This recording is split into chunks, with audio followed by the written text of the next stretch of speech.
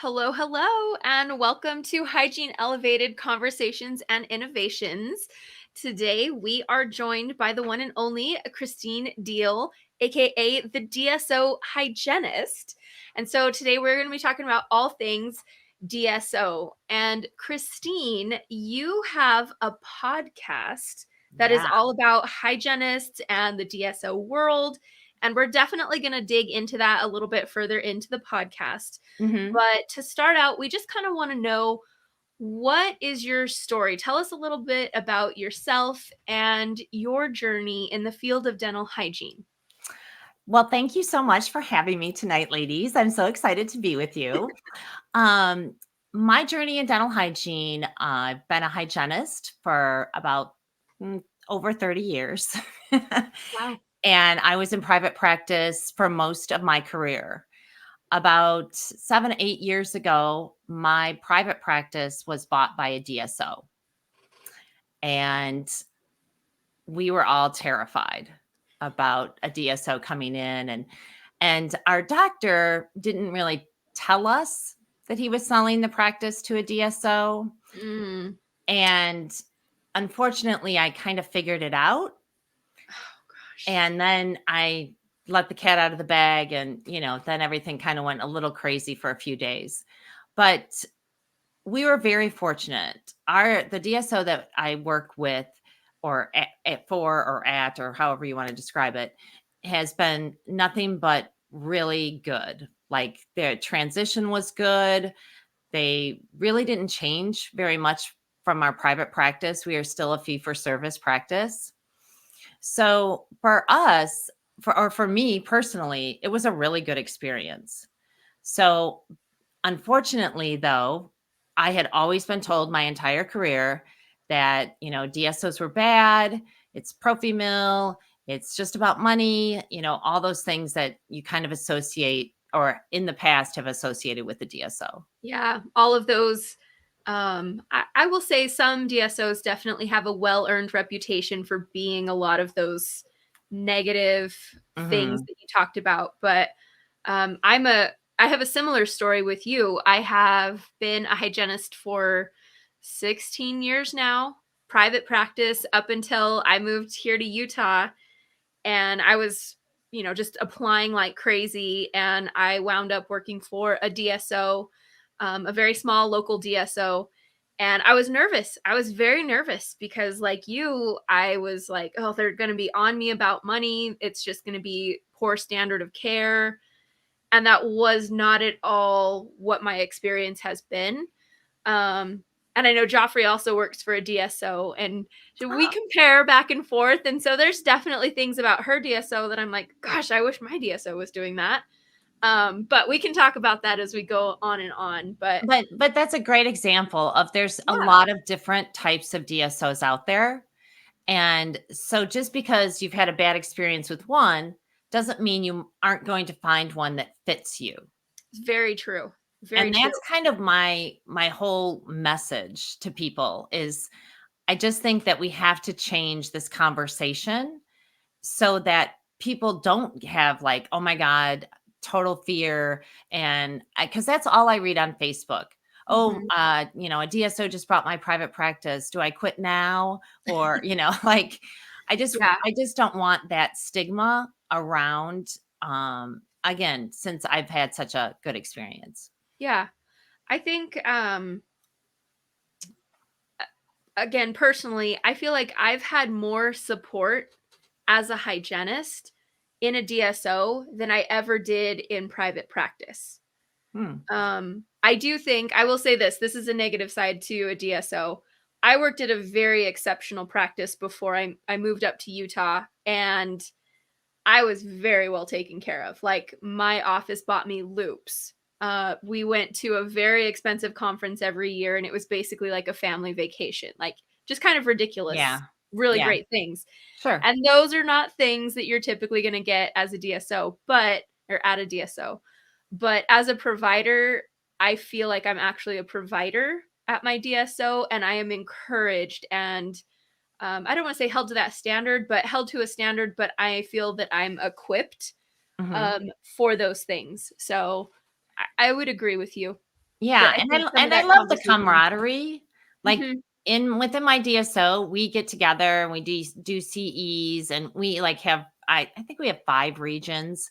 And so and we can go to any region and do a CD or CE, excuse me.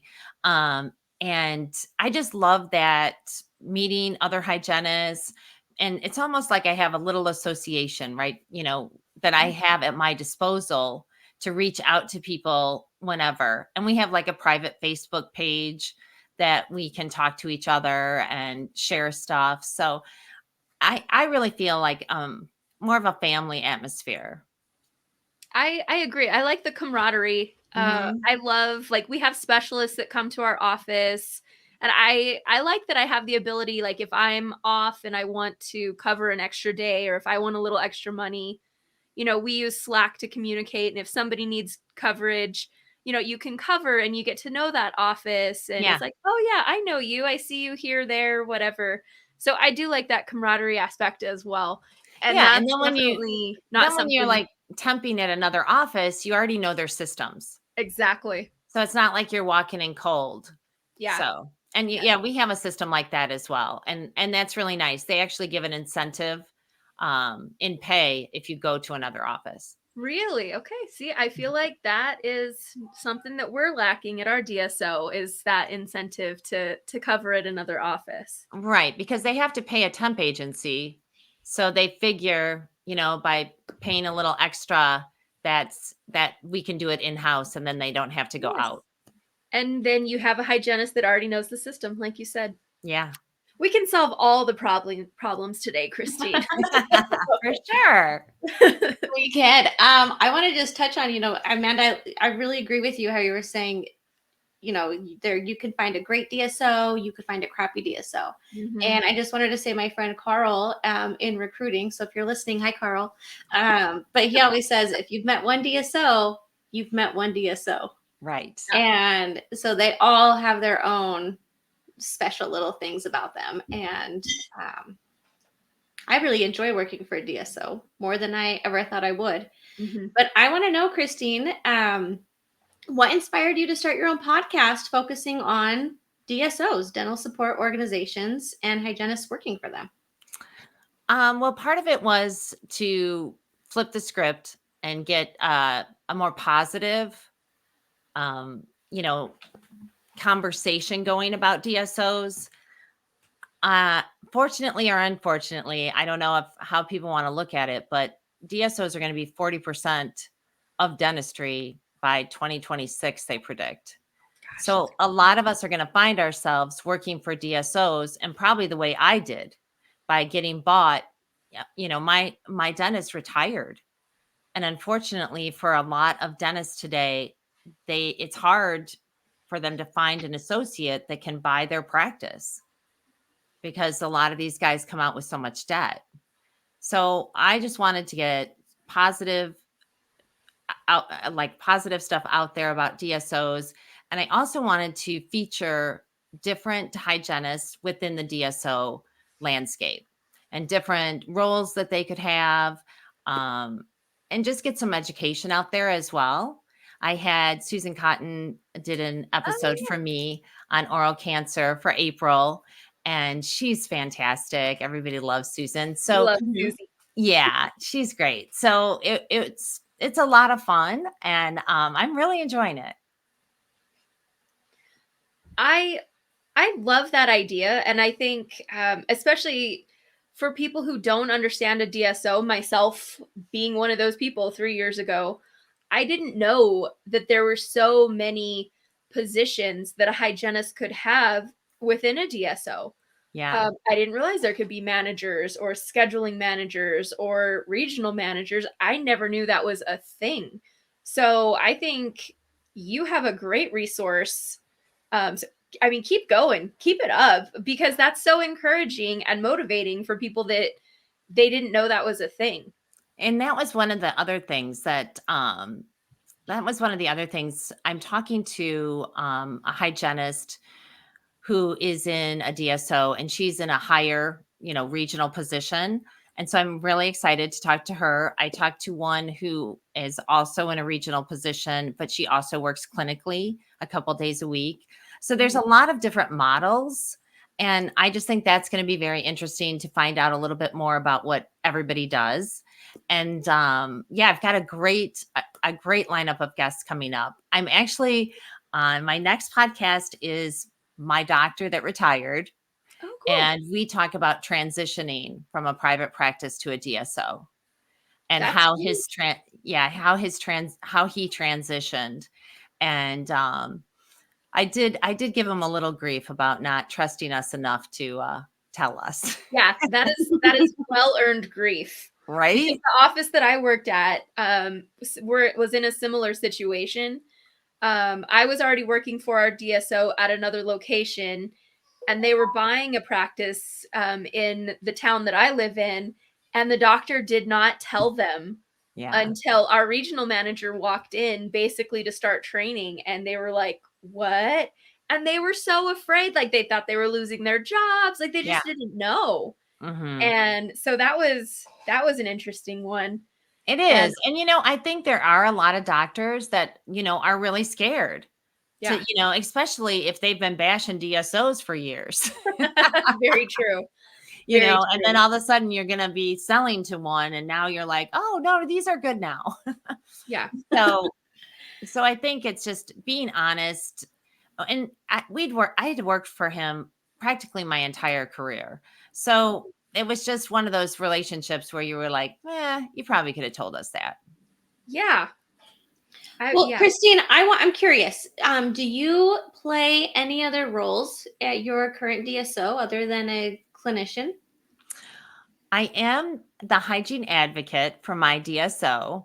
Unfortunately, I haven't done a lot with that recently. Both of my parents have been ill. So I've kind of stepped away from that for a little while. So I'm hoping to get back into it though.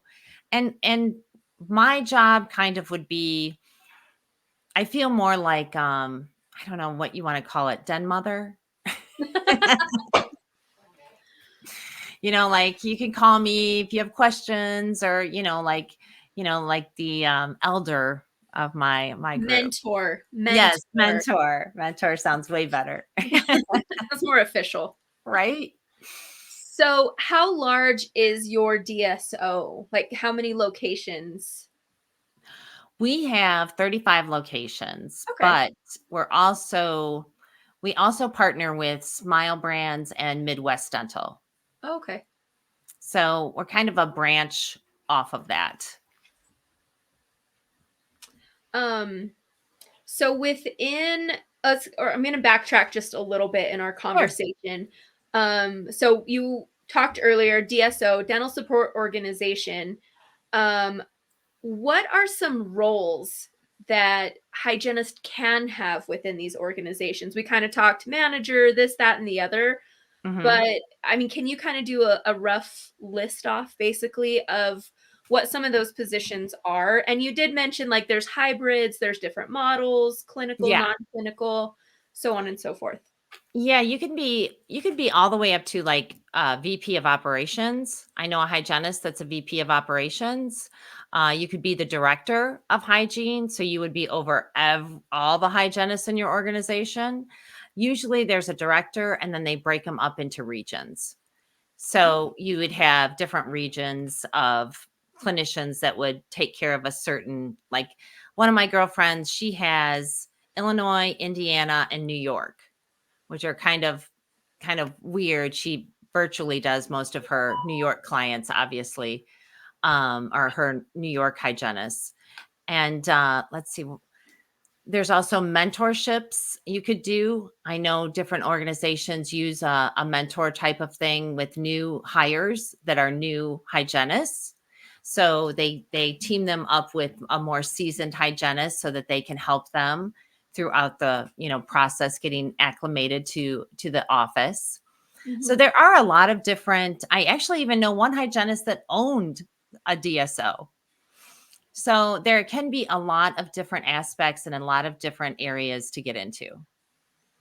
I think that's encouraging, for this younger generation and just just different regions within the country, there are so many opportunities. It's not just you're going to be cleaning teeth the rest of your life. And that's exciting. Yeah, it's very exciting.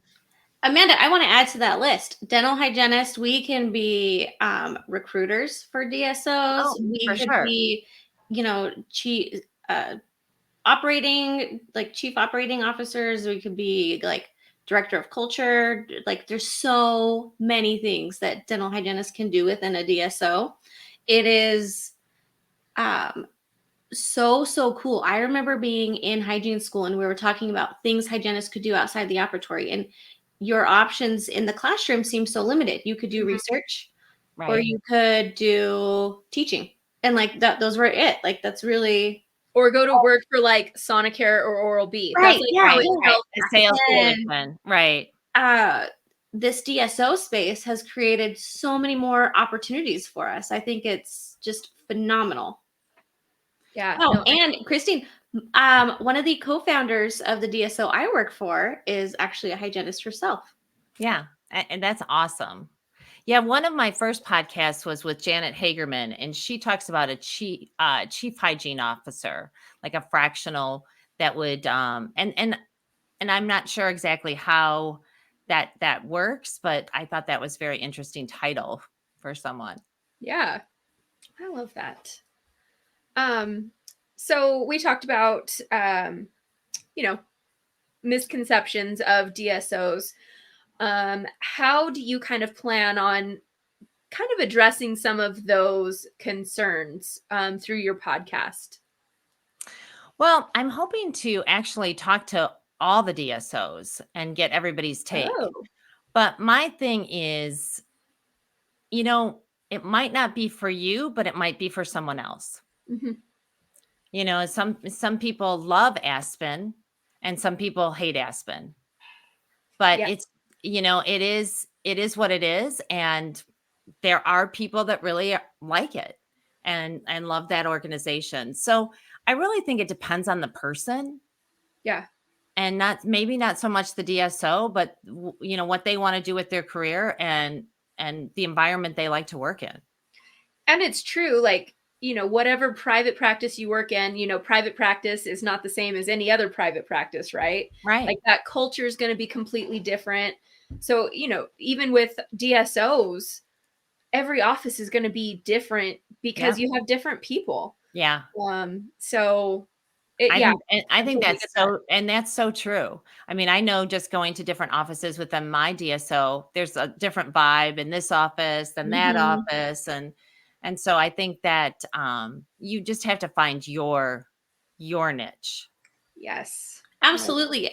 When I'm doing my presentations for hygiene students prior to graduation, part of the presentation discusses as different employment options, right? You could work private, you could go corporate, you could go DSO, you could temp, you could do all these different things. And I tell the students, what's a good fit for you right now might change throughout your career as you grow through life. So, it's like when I started, it was corporate, then I went private, and now I'm in the DSO space, and each one kind of fit each little era of my career really well.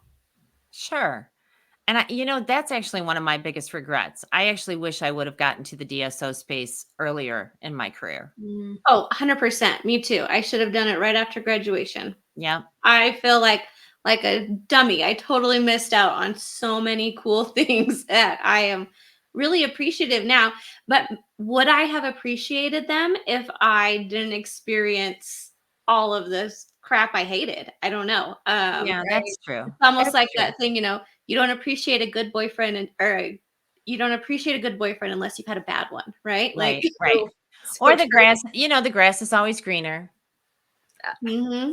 Everybody thinks that. They're like, oh no, I want to do this. And they're like, yeah. Okay. So are you focusing on hygienists within the podcast as guests? You mentioned that you had your doctor on. Yeah. But are you kind of focusing on hygienists? Yeah, I'm focusing on hygienists. I wanted to have him on because I adore him and he's awesome. And so I really wanted to talk though about transitioning, because I think that's something, like I said, I think that's something a lot of people will be going through in the Yeah. future. And so I really wanted to see what his experience was as the doctor, as opposed to my experience as the employee. Yeah. No, I Well, think that's a really good one. yeah. Oh, And Christine, he's a huge part of your story. This is going to give listeners like an insight to like knowing more about you through your experience with this doctor for decades. and you know, right? and like I said, he was so fun. We had such a great conversation. I wish we could have talked for hours. Actually, after we ended it, he started talking about more stuff, and I was like, darn it, we should have kept recording. Oh, I'm sure. So many fun stories.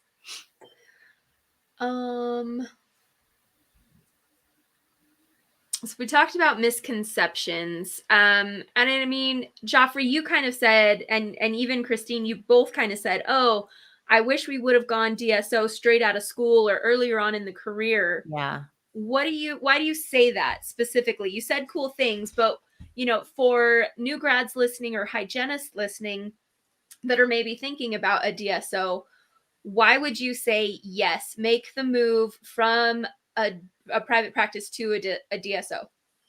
Oh, I'll let Christine answer it first, and then I'll add on. Okay. I definitely think that I would be way up in the ranks by now. I think I would have been, I'm competitive, I'm driven. I think I would have like moved up the chain. And so I kind of think I would have liked those opportunities. Yeah. Okay, Joffrey. Okay. So many reasons why I wish I was part of a DSO sooner. I just love so many things about the DSO that I'm at right now. The number one, though, is compensation. I love the compensation style that I have right now. It's hourly plus commission. There's no risk to the hygienist. Have a bad day, fall back on your hourly rate. Have an amazing day, you get your hourly, and then a percentage of collections. And I love that. That's nice. Never made this much money as a hygienist in my entire career.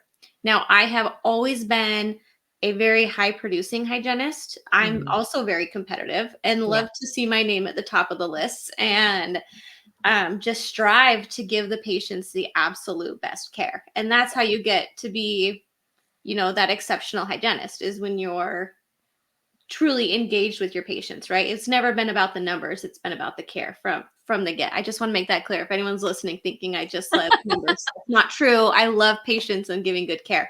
Well, but it's the perks that come with it. Benefits, the bonus checks, the 401k, the paid time off, the paid holidays.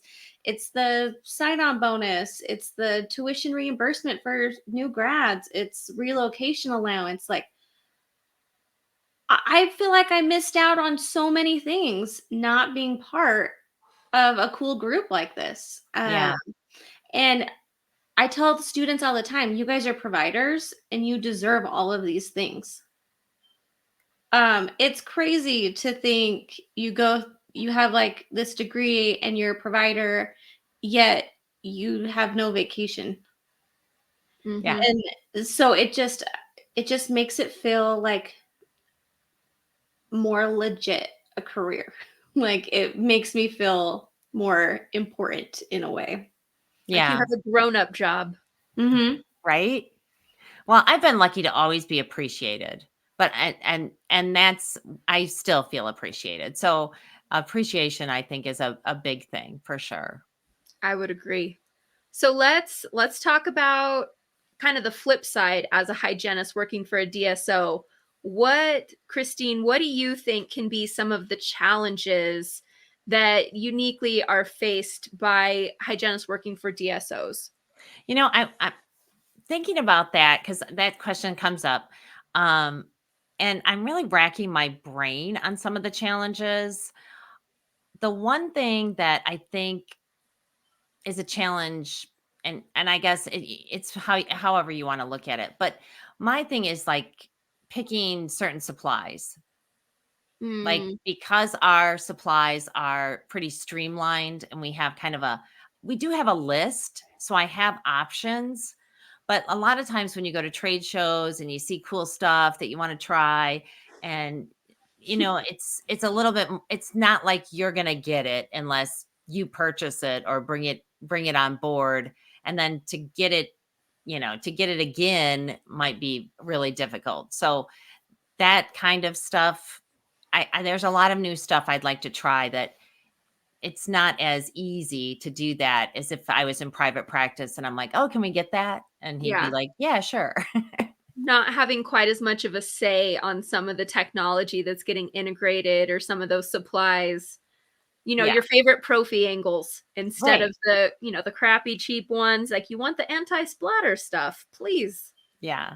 kind of Yeah, I think thing. that's one of my biggest challenges, I think, because there's like a dry mouth spray that I really like, but you have to have a prescription, and I don't know, like I wish we could have that in the office. There's a couple other oral rinses that I think are really cool, but they want they want the dentist to buy it, and Yes. so I feel like that's a passion project for Joffrey right there.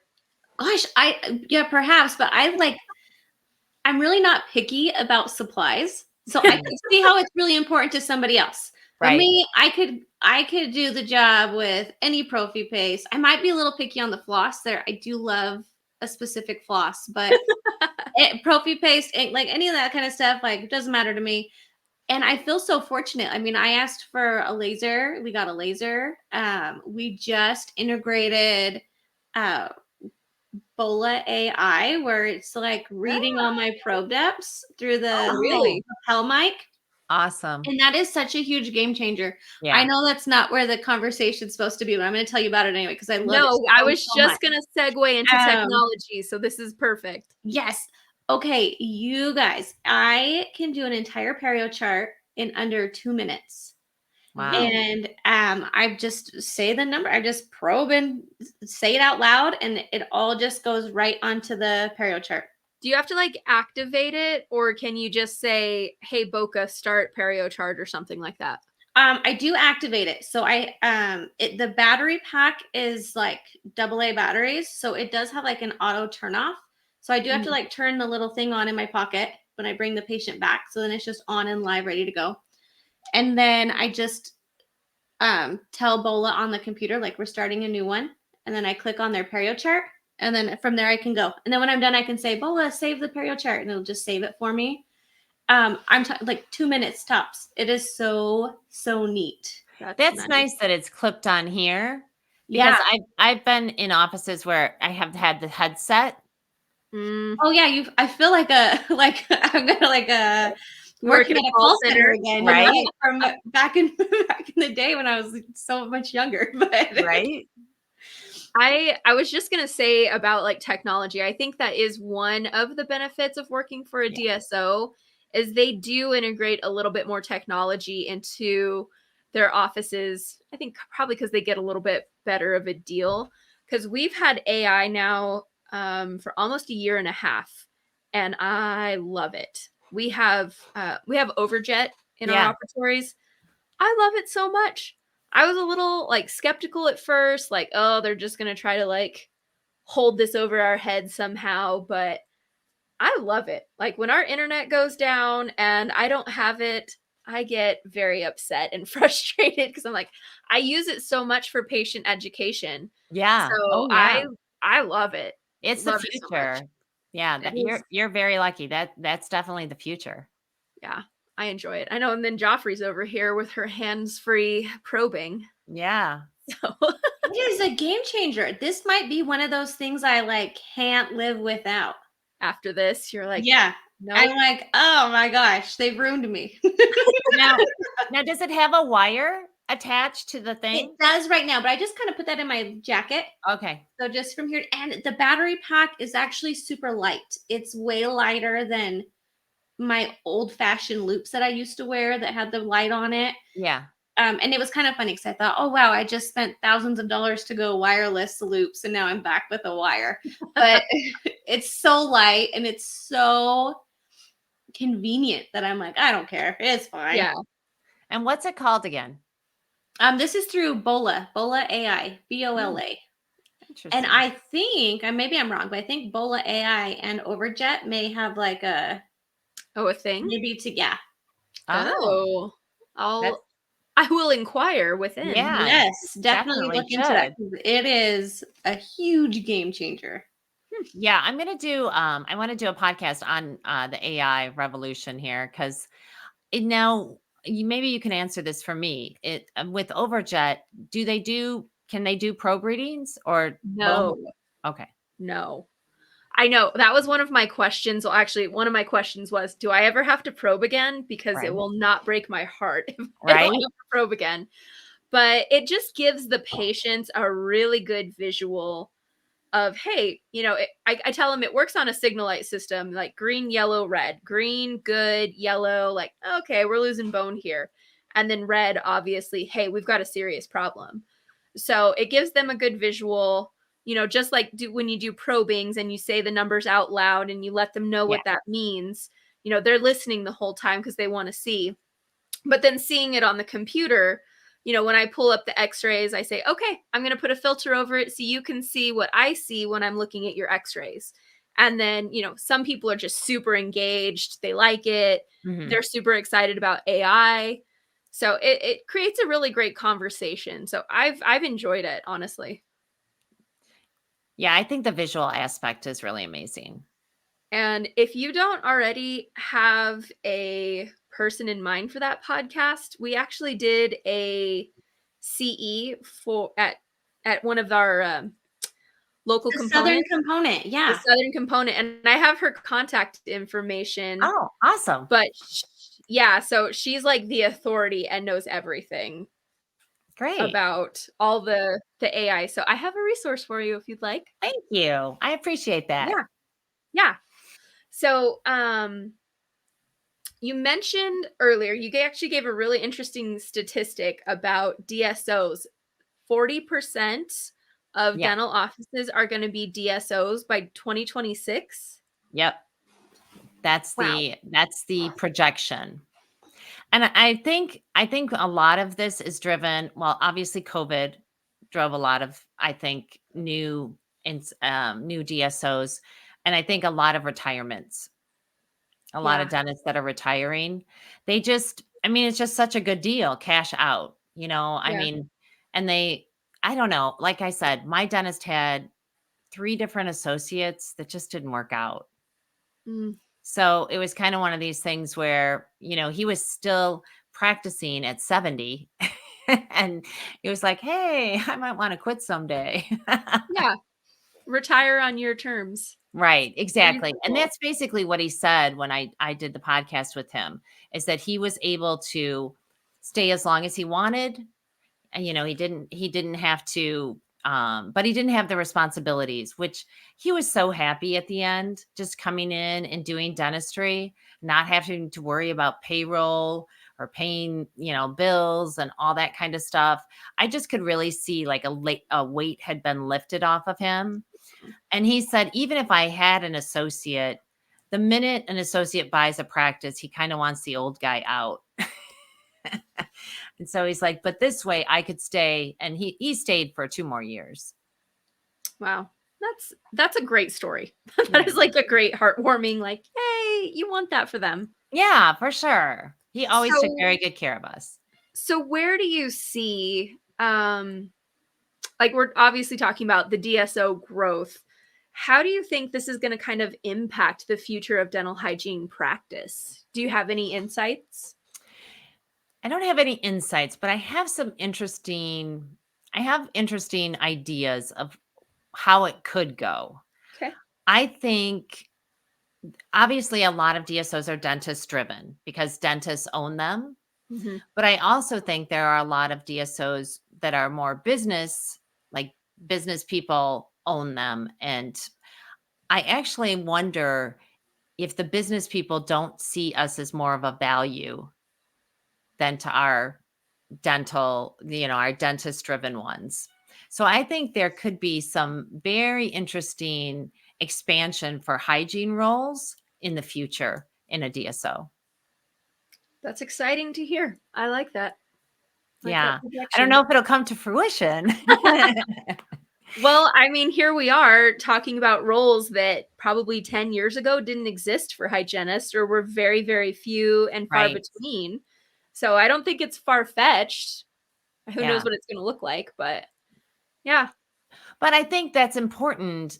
And that's another reason why I wanted to do the podcast is I think it's important that we have a seat at the table and that we are able to get our input in about what we want our profession to look like and not kind of get steamrolled. Yeah. Kim McCready, she does such a beautiful job describing how, like, this describing the space for DSOs, like how the space was created. And because we're talking about in the future, 40% of offices will be DSOs, right? And what's the pattern used to be the doctor owned the practice, he sold it, and that was his retirement. And then the new guy bought it, and that was now his job, right?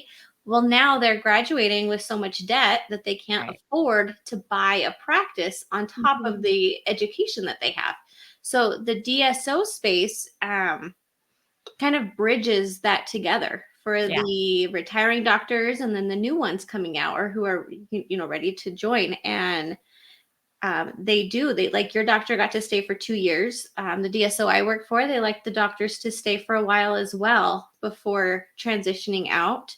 And yeah, I just love the way she describes it as like a help. They're there to help that transition between doctors. Yeah, and I know one of the doctors that worked at our DSO has gone off and started his own practice, and my DSO was extremely supportive of him, and because that's what he really wanted to do. And so I think that's awesome that he could do that if he wanted to. One thing Dr. Palmer said, and I thought this was kind of interesting, and I don't know, and this is his opinion, I guess. But he said this one thing, and I was like, oh my God. He said, the new dentists want the lifestyle, but not the responsibility. Mm, I could And see I that. was just like, that really struck me because I was like, oh, he goes, yeah, they want the Porsche, but they don't want to have to do payroll and stay late and, all Yes. that kind of stuff. Well, think about it. That's actually really similar with the like newer generation preferring townhomes or condos or Yeah. stuff where things are taken care of for them, so they don't Yeah. have to worry about maintenance on anything. So it Yeah. definitely is like a new like lifestyle shift And that's happening. Yeah. Yeah, and it's a different mindset. Mhm. Younger kids nowadays, they don't want to be workhorses. They want to have a good balance of life and their extracurricular activities and their business. So and I don't think that's a bad thing. We could all use some balance, let's face it. yeah, balance. Because definitely, I think previous generations kind of work themselves, Yeah, their fingers to the bone, like my grandparents for sure. Not dental related, but, they right. worked forever until they physically could not. And I don't think they got to enjoy their retirement as much as they could have. And, so that's why I said earlier, getting to retire on your terms, Mhm. that's the dream, Yeah. not having to work, but working until and not working until you physically can't, but getting to bow out and say, "Yep, I'm done. I'm Yeah, done, and I'm good with it." right. So, um, so on your DSO, um, or not on your DSO, I'm sorry, but on your podcast, what are you hoping to achieve advocacy wise for hygienists? Like you said, we want a seat at the table. How do you see the podcast really kind of um, getting you a seat at the table? I'm hoping that the C-suite will watch some of these episodes because I actually I'm kind of curious. I think they kind of want to know what I'm doing. Like how I'm going to they're like, "Oh no. What is she going to say?" So, I'm hoping but a lot of the people I'm going to be talking to, some of them are in the C-suite. So I think it's going to be interesting. I'm really trying, though. I want to recognize more clinical hygienists at that level as well. Like I interviewed Carlos, the traveling hygienist. He worked for a DSO. And basically what he did was he filled in on people's maternity leaves or vacations. And when he wasn't doing that, they would have him go to different offices that maybe were busier than other offices. And he kind of did this whole travel thing. And I just thought that was really fascinating. I mean, he was still clinical, but he was doing a job that is definitely needed in most DSOs. And I don't know. I want to showcase those people as well. But I want other people to talk about what they do in a director position or a C-suite position so that people know that those opportunities are out there as well. I think it's a really smart idea, Christine. I Thanks. do. I love it. Thank you. I couldn't believe nobody was in this space. I was just like, why is no one talking to these people? Because these people are awesome. And I don't know. I still work clinically. And I don't know. I think that sometimes those people don't get recognized as much as some other people. So I want to have a good mix of people. Well, I love that. Yeah, you're creating this platform to highlight our like I feel like you are definitely elevating the profession. And that's what Amanda and I are all about, right? Oh, thank you. And one thing that I have recently learned that I don't think everybody knows or can make that same comparison is that corporate dentistry and DSOs can be very different. Mm-hmm. Very, very different. And then based on my own experience, having practiced in both settings, I can really see why corporate dentistry is like fizzling out and like DSOs are the new kids on the block. Because when I was working in corporate dentistry, everything was very, very standardized. I'm talking like standardized from the way we answer the phone, standardized to the interview questions for new patients, giving new patients a tour of the facility using like the given script, right? That we had to memorize. And then going to DSO, at first I kind of thought they were the same, and they're not. At DSO, you have like so much more autonomy over how you want to practice hygiene. Yeah. And that is one of the other things I fell in love with was the autonomy. And again, I think that just depends a lot on who's running the show. Mm-hmm. I never knew that there was a difference. I think, Joffrey, you had brought that up on a previous podcast, I think possibly with Noriana. I don't remember, but you guys were talking about it and I was just like, hold on, what? I didn't realize that I thought those terms were interchangeable, like calculus and tartar, like, aren't they the same thing? So when you said that, I was like kind of taken back.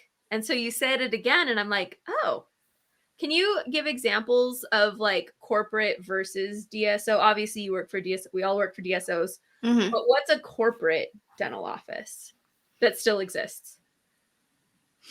Oh, I like in Utah, Monarch Dental would be a corporate.